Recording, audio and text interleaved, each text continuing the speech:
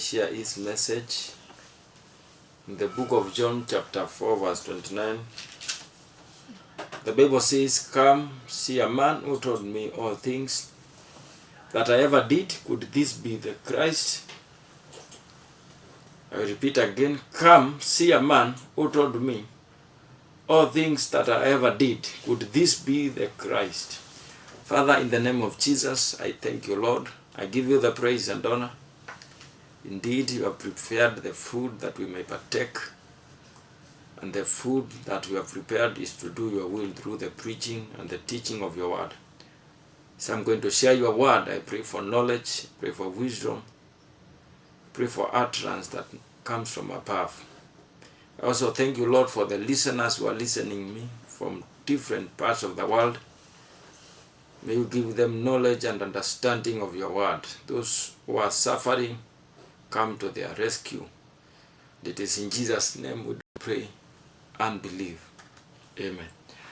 This wonderful evening, I want to talk about Jesus Christ. And Jesus Christ encountered a woman who was a Samaritan woman. And he encountered her in a well in Sychar, a plot that was for the Jacob. Jacob was the son of Abraham. And Abraham begot two sons, Jacob and Esau. And this mwanamke alikuwa kahaba, alikuwa amekuja kukunywa maji, alikuwa amekuja kunywa maji katika hicho kisima. Na mwanamke akapatana na Bwana Yesu Kristo ambaye alikuwa na ufunuo ya hali ya juu sana. Mwanamke ukisoma Yohana kifungu cha 4 mstari wa 10, utakuja kuona kile ambacho kilitukia. Mwanamke aliweza kuomba maji na Bwana Yesu Kristo. Alipoomba maji akasema Wayahudi na Wasamaria watangamani, mila zao na desturi zao hazishikani hata kidogo. Mwanamke hakujua kwamba yule ambaye anapatana naye ndio mwenye maji ya uzima. Sikiza vile Yesu Kristo anamwambia, alimjibu, "Wewe ungejua kipawa cha Mungu na yule ambaye anakuitisha maji, ambaye ni maji ya uzima, ungempa maji kitambo." Bwana Yesu asifiwe. Yesu Kristo aliweza kutuma mitume. Walikuwa ni 12 waendee chakula, maana walikuwa na njaa. Na sasa mwanamke alikuwa anataka kuchota maji katika kisima. Na hiki kisima kilikuwa kirefu sana. Kilikuwa kirefu. It was very deep. Na mambo yalitukia kiasi ya kwamba hata wakati wafuasi wa Yesu Kristo 12 waliporudi, walishindwa. Bwana Yesu Kristo anaongea na nani? Bwana Yesu Kristo huyu ni nani ambao anaongea one on one? Au mwanamke hawakumwacha walipoendea chakula. Na huyu mwanamke hata design vile alikuwa anaongea, alikuwa kahaba. Maandiko yanasema kwamba aliulizwa na Yesu Kristo, "Wewe uko na wanaume ngapi?" Akasema 5. Na akaambiwa hata yule ambaye uko naye sio wako. Huyu mwanamke alikuwa amefikiria ameangukia Yesu Kristo wa 7. Na ukiangukia namba 7 umeangukia wokovu, umeangukia kila kitu chote. Bwana Yesu asifiwe. Praise be the name of the living God. Yesu Kristo alikuwa ndio babu ya Abraham, ndio babu ya Yakobo, ndio alikuwa babu ya huyu mwanamke. Biblia inasema kwamba, maandiko inasema kwamba Yesu Kristo akaongea, wakawa na conversation kiasi ya kwamba mwanamke alistuka sana. Kasema, "Kujeni muone jamaa ambaye anajua historia yangu. Huyu anaweza kuwa Kristo." Yesu Kristo akasema ya kwamba if you believe in him, ya kwamba ukimwamini kutoka vilindini vya tumbo mwako kutatiririka maji ya uzima wa milele. Out of your bellies shall flow rivers of living water. Ukiwa na Yesu Kristo utaona kiu. Even the scientists, they have realized that water is life. There is life in water. Na ukiona mahali hakuna maji, hujua hapo hakuna production. Hata tunakula vyakula ambavyo vinatoka kwa shamba. na hivyo vyakula vinawekwa maji. Kuna irrigation, kuna canal irrigation, kuna drip irrigation ambayo inafanya vyakula vikue. Ukiangalia Kenya, our staple food is maize, na mvua ndio inaletwa na Mungu, na hiyo maji inatoka juu mbinguni, na hiyo yote wanasayansi wamekopi kwa neno la Mungu. Hii mambo ya visima na maji mahali ambapo watu wanaenda kuchotea ilianza kitambo sana, na hata hapo ndipo wanawake wengi wanapata kupata wazee. Hapo ndipo wasichana wanatongozewa, wanapata mabwana. Kumbuka Abraham alipotuma mchakazi wake yule aliyekuwa mzee katika boma yake, alimwambia nataka uwape, na akaweka mkono wake, huyo mfanyikazi akaweka mkono wake katika mguu wa Abraham. Abraham akamwambia mfanyikazi, nataka uende kwa boma yetu, uende unichukulie mtoto wangu Isaka bibi hapa, na usitoe bibi kutoka hapa nje ambayo ya Kanaani, nenda huko. Mwanamume akatoka akaenda na ng'ombe, akaenda na ngamia zake. Walipofika huko akaenda kwa kisima, akangoja, anategea aone kwamba kile ambacho aliomba na akaweka nadhiri ya Mwenyezi Mungu kitatimia. Alipofika pale akakaa. Rebeka akakuja. Rebeka alikuwa mwanamke mwenye heshima, akampea ng'ombe, akampea ngamia zake zikapata maji. Wakati ngamia zake zilipokunywa maji, kamwelezea, akaongea, akaambiwa, kamwambia tunaweza enda nyumbani kwa mzee, uende uone vile mambo iko. Naye huyo mfanyikazi alikuwa amebeba mali mingi, alikuwa amebeba dhahabu, amebeba beads, amebeba fedha, amebeba manukato, amebeba vitu mingi sana ambazo zilikuwa kama ni dowry payment kwa huyu msichana Rebeka. Na sasa walipofika akaeleza, mimi nimetoka kwa Abraham, ndio mfanyikazi yule mzee wa hiyo boma ya Abraham. Nimetumwa na Abraham nimkuje kumtafutia bibi, na akanipea hizi zawadi. Mzee na Rebeka alikuwa mnyenyekevu sana. Bwana Yesu asifiwe. Sio kama wasichana wa siku ya leo, vichwa ngumu hata hawezi sikia. Wakipewa advice na wazazi hawasikii, wakipewa advice na wachungaji hawasikii. Wewe unajua Biblia inaongea kuhusu bibi ya Abraham. Bibi ya Abraham ambaye alikuwa anaitwa Sara alinyenyekea kiasi ya kwamba akaita bwanake my lord. Heshima, alimpa heshima kiasi ya kwamba akamuita my lord, bwanangu. Na wako wa siku hizi, wasichana wa siku hizi wale ambao wanaolewa, wakishapika chakula wanakipiga teke, anambia mzee wewe kula ama ukatae kukula, shauri yako. Bwana Yesu asifiwe. Hawana heshima. Ukiangalia wanawake wa pale Uganda, kuna heshima mpaka anapiga magoti anaita mzee, bwanangu, my lord. Chakula ndio hiki. Wazee ni wa kuheshimiwa. Hata Biblia inaongea kwamba wake waheshimu wazee wenu. Yesu Kristo alipokutana na huyu mwanamke, maisha yake ilibadilika. Hii injili ni kuja uone. Yesu Kristo wakati alipoita mitume aliwaambia go. Hakuambia come and stay. He told them go and preach the gospel. Wakati Yesu Kristo alipopanda juu mbinguni na akateremka kama Roho Mtakatifu, aliambia mitume ya kwamba wakae Jerusalem mpaka siku ya Pentecost. Na wakati walipojazwa na Roho Mtakatifu, maandiko inasema ya kwamba walikaa na wakachagua wazee, wakachagua wainjilisti, wakakaa katika Jerusalem wakingojea kugawa vyakula. Wakaweka Stephen ndio alikuwa mkuu wa hiyo vyakula, na alikuwa jamaa amejawa na Roho Mtakatifu, alikuwa jamaa amejawa na hekima. Sasa mitume wameambiwa waende uhubiri neno, wameamua kukaa chini. Badala waende kama huyo mwanamke Msamaria. Wewe nenda. Mwanamke Msamaria alienda ambaye alikuwa ni kahaba, akaenda akaambia watu neno. Kujeni muone jamaa ambaye ameniambia story yangu yote. Na Yesu Kristo alienda kwa hiyo kijiji, akakaa siku 2 akihubiri neno, na watu wakaokoka, watu wakapata kusikia neno. watu wakapata kufunguliwa. Wale wenye kijiji wale waliambiwa na mwanamke Msamaria, yule jamaa aliyejua story yangu amekuja, wakasema na sisi tumejionea kwa macho na tumeamini. Vile ulikuwa umetuambia tumeamini. Hii Injili Biblia inasema kwamba wamebarikiwa ambao wanaamini kabla hawajaona. Tusikiwe kama Thomas. Thomas alisema mpaka nione vidole, mpaka nione vidonda. Thomas alikuwa mtu wa shaka, alikuwa na mashaka mingi sana. Na ukiwa na shaka utakuwa na shida sana. Hii Injili ni kuamini. Hata sisi tuliokoka kwa kuamini. Imani uja kwa kusikia na kusikia neno la Mwenyezi Mungu. Kipofu Bartimayo aliambia Yesu Kristo, nataka nione. Alilia sauti, Jesus, Son of David, have mercy on me. Have mercy upon me. Watu wakamwamrisha nyamaza, akakataa kunyamaza. Injili hakuna kunyamaza. Hata kama kichwa inaenda, wache iende na uende mbinguni. Injili hakuna kunyamaza.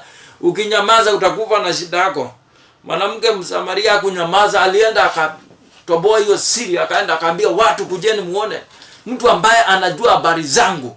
Yesu Kristo anajua habari zako nje na ndani, anakujua vizuri. Na Injili haina ukabila. Napenda sana ladies. Wanawake anaweza olewa na Mchina, anaweza olewa na any tribe. Mkamba anaweza olewa na Mzungu, Mzungu anaweza olewa Mchina, Mchina anaweza olewa Mkikuyu.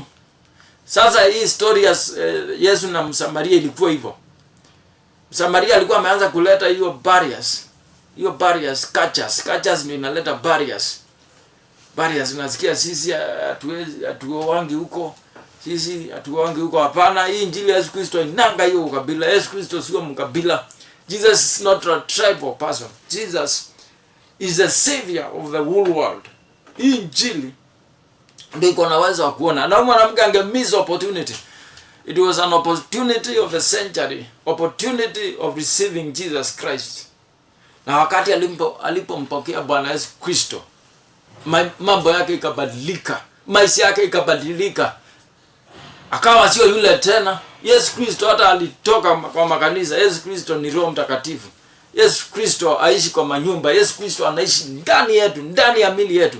Maana maandiko inasema kwamba mili yetu ni hekalu la Roho Mtakatifu. Our bodies are the temple of the living God. Our bodies are the temple of the Holy Spirit.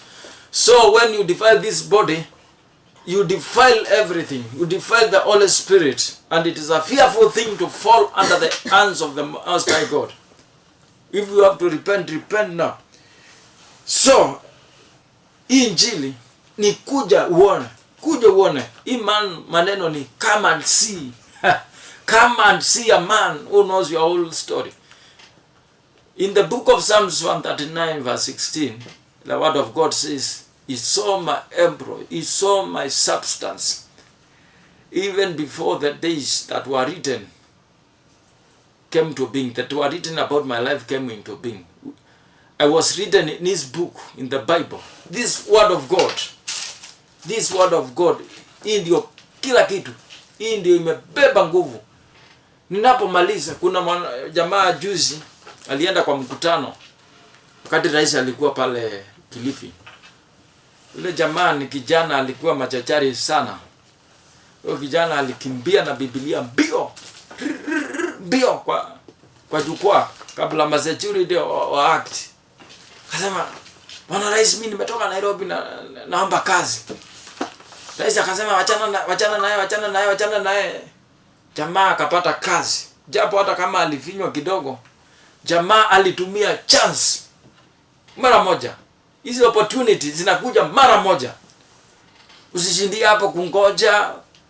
Wewe ni dada, wewe ni kijana. Kuna msichana, wewe ni msichana unatafuta mzee. Usishindie kungojea. Kuna kijana amekuapproach na umekuwa ukiomba mzee miaka mingi sana. Umekuwa ukiomba bibi miaka mingi sana na chance imekuja. Tumia mara moja. Cha kushindia kujifanya ati ukiongeleshwa uko busy. Ati unaenda wapi? Kupoteza hiyo opportunity, utakufa bila mzee ama bibi. Bwana Yesu asifiwe. Rebeka hakushindia kukataa. Rebeka alikubali hiyo maneno na akachukua mfanyikazi akamchukua akaenda. Kijana Isaac akapata bibi. Kijana wa siku ya leo maringo mingi, na umeomba miaka, umeapproachiwa na jamaa wa kwanza, wa pili, wa tatu, wa nne, unakataa.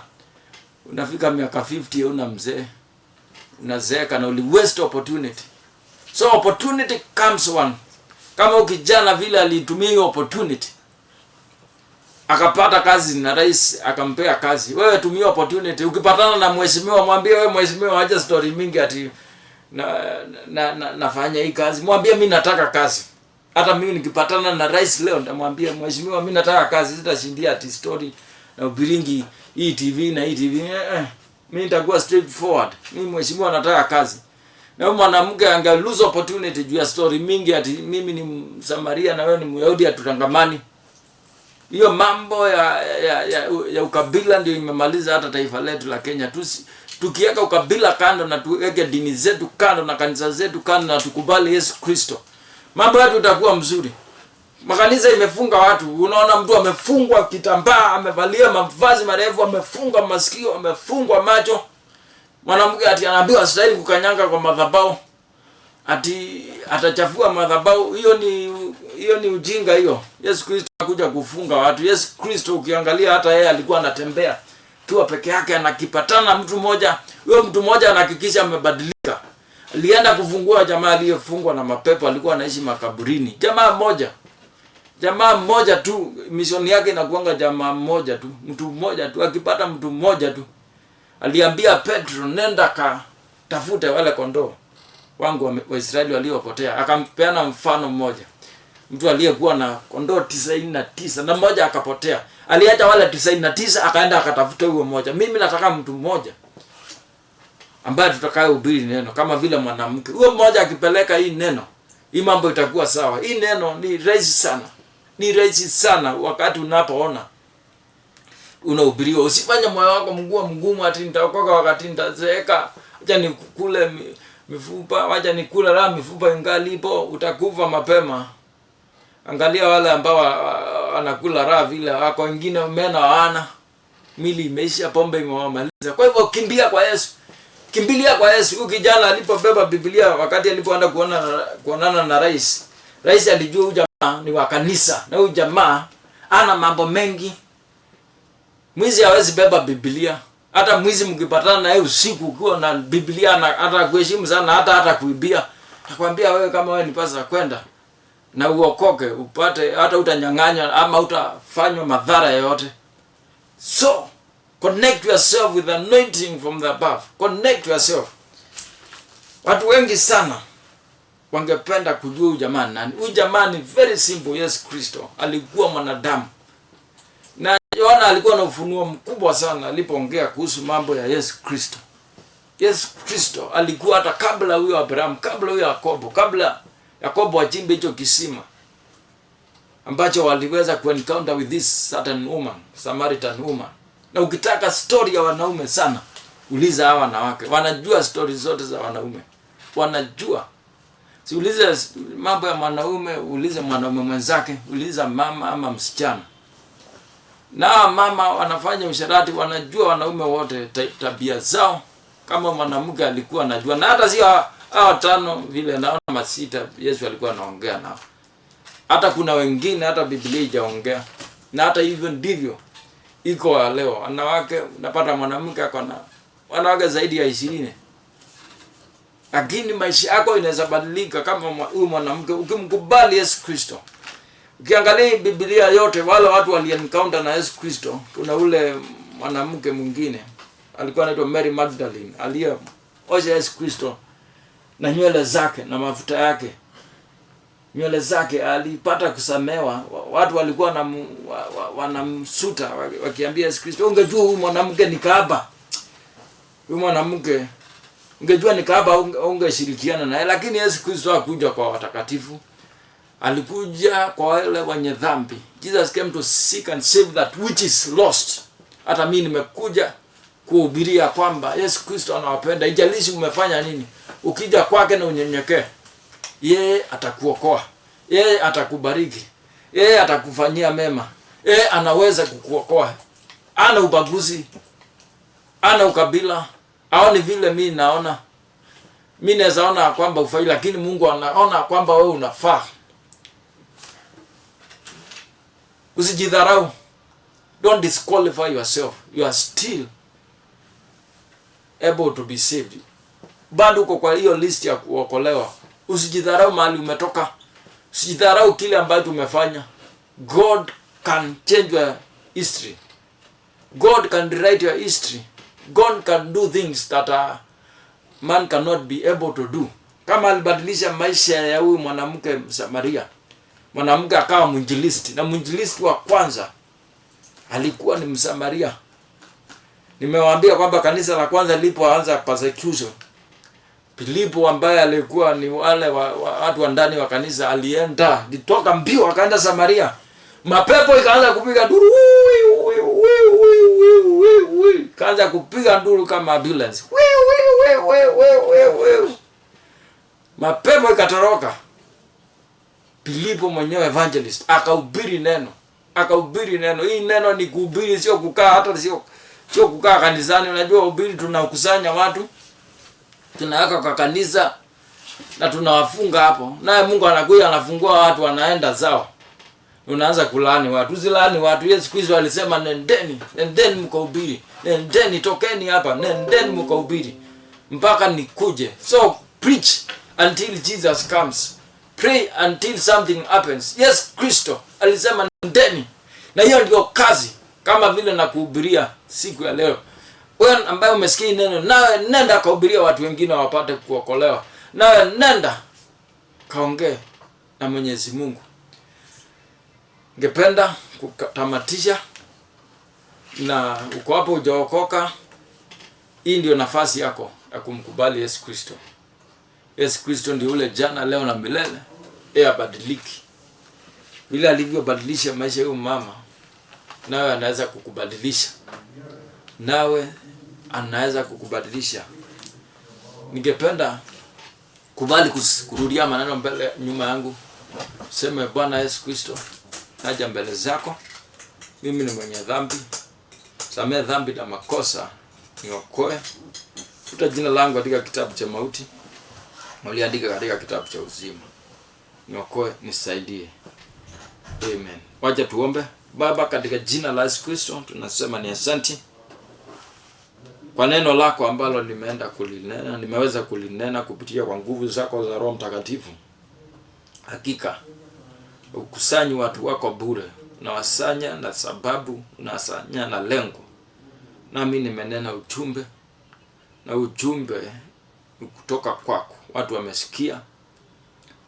Wewe unasema kwamba kama mvua ishukavyo kutoka mbinguni kwenda ardhi, na neno lako la kinywa chako litarudi bure. Lazima litatimiza mapenzi yako.